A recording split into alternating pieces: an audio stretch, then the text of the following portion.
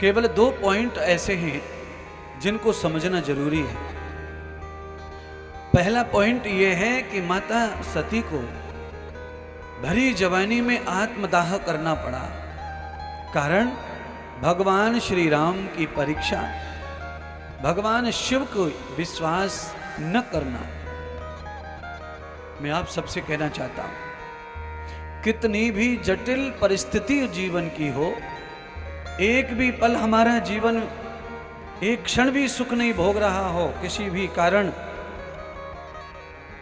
चारों ओर से हमारी सब कुछ आशाएं समाप्त हो गई हों, कहीं से भी आशा न दिख रही हो, पूरे जीवन निराशा से भर गया हो, ऐसी परिस्थिति में भी भगवान शिव के ऊपर विश्वास तोड़ना या भगवान श्री राम विष्णु जी के ऊपर परीक्षा करना, ये दोनों अपराध की गिनती में आते हैं। ऐसे जीव को अनायास ही अपयश मृत्यु को प्राप्त हो जाना पड़ता है, जिसकी मृत्यु हमेशा अपयश को ही गिनी जाती है। हम और तुम ये कथा सुनने के बाद आज ये पक्का निर्णय करें, चाहे मृत्यु मंजूर है पर भगवान के ऊपर विश्वास कभी नहीं टूटना चाहिए। भूखे मरे चाहे नंगे, प्यासे मरे चाहे उघाड़े, सर्दी से चाहे गर्मी से, अपमान से चाहे बेइज्जती से, कैसे भी मृत्यु आ रही हो, पर भगवान का विश्वास कभी नहीं टूटो। भगवान शिव माता सती को हमेशा हमेशा विश्वास दिलाते थे कि प्रभु श्री राम ब्रह्म हैं, परमात्मा है। अरे सती, उनका ध्यान करो, भजन करो। बंधुओं, भगवान का किया हुआ ध्यान, भगवान का किया हुआ भजन, भगवान का जपा हुआ नाम, भगवान के किए हुए यज्ञ, भगवान के नाम से किए हुए दान हमारे जीवन में काम तब आते हैं जब हम गहन परिस्थिति में फंस जाते हैं, कहीं भी कोई ठिकाना नहीं दिखता, तो वही पुण्य हमारे जीवन में एक तिनका बनकर आते हैं और कहते हैं डूबते को तिनके का सहारा। तिनका बचा देता है डूबने वाले को। एक लेस मात्र तिनके से आदमी किनारे पर लग जाता है, और वो तिनका नहीं है, वो देखने में तिनका है, पर वो भगवान का डाला हुआ रस्सा है जो तुम्हें बचाने के लिए परमात्मा ने नदी में, तालाब में, भव सागर में छोड़ा है। दिखने में तिनका है, दिखने में डॉक्टर है, दिखने में दवा है, पर वो दवा डॉक्टर नहीं है, वो परमात्मा ही है जो तुम्हें बचाने के लिए डॉक्टर बन के, दवा बन के इंजेक्शन में आया है। देखिए, हवा से सर्दी जुकाम हो जाता है, कमाल की बात है।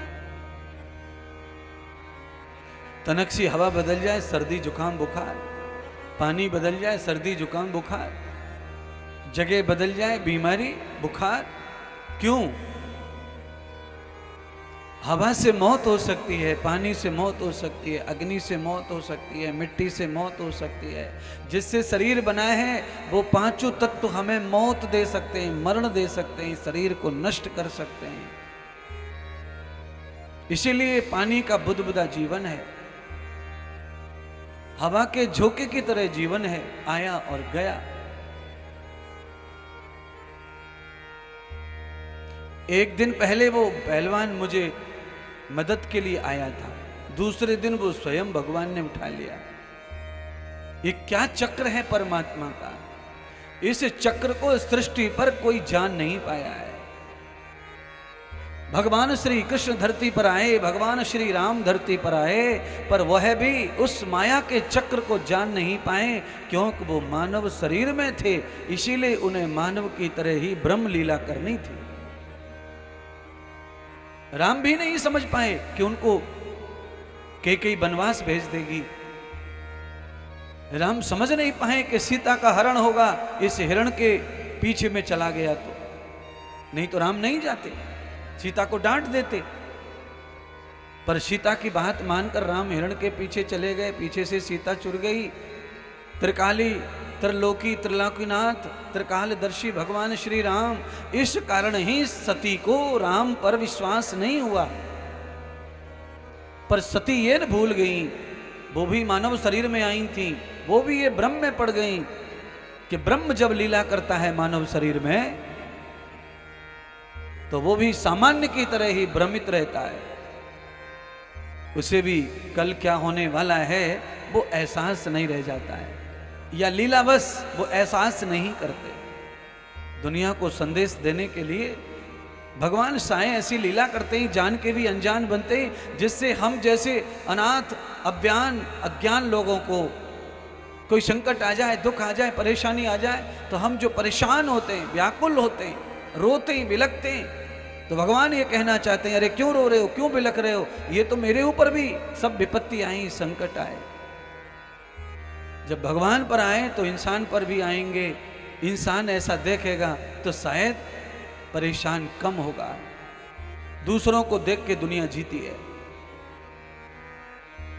हमारे घर में बुढ़ा मरा, हम रोए, दूसरे के घर में जवान मर गया 2 दिन बाद, हमने सोचा कि हमारे घर में तो बुढ़ा मरा था जिसका टाइम था, हम क्यों रो रहे इतना ज्यादा, इसके घर में तो 20 साल का लड़का मरा है, उसके घर रोना जायज है, उसको देखकर हम शांत हो जाते हैं। ये दुनिया एक दूसरे को समझाती हुई है, हंसाती हुई है, रुलाती हुई है, मारती हुई है और बचाती हुई है।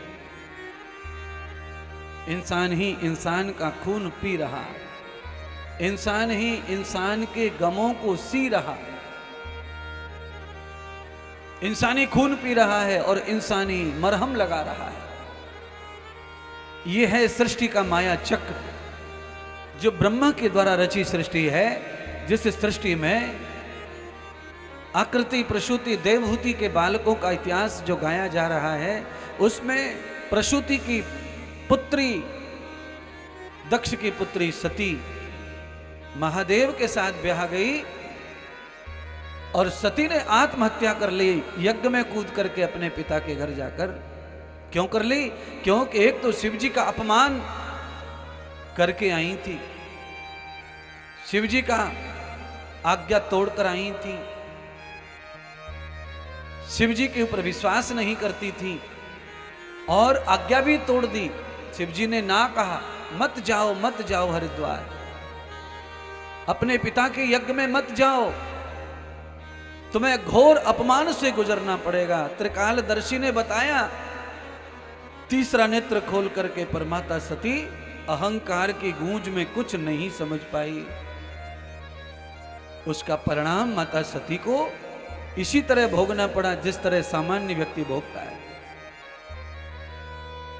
आप सबको कथा समझ में आ रही हो तो बस, परमपिता परमात्मा पति प्राणपति है, उस प्राणपति परमात्मा की एक तो आज्ञा में रहना सीख लो, वही परम भक्ति है भगवान की। राम नाम जपना पराया माल,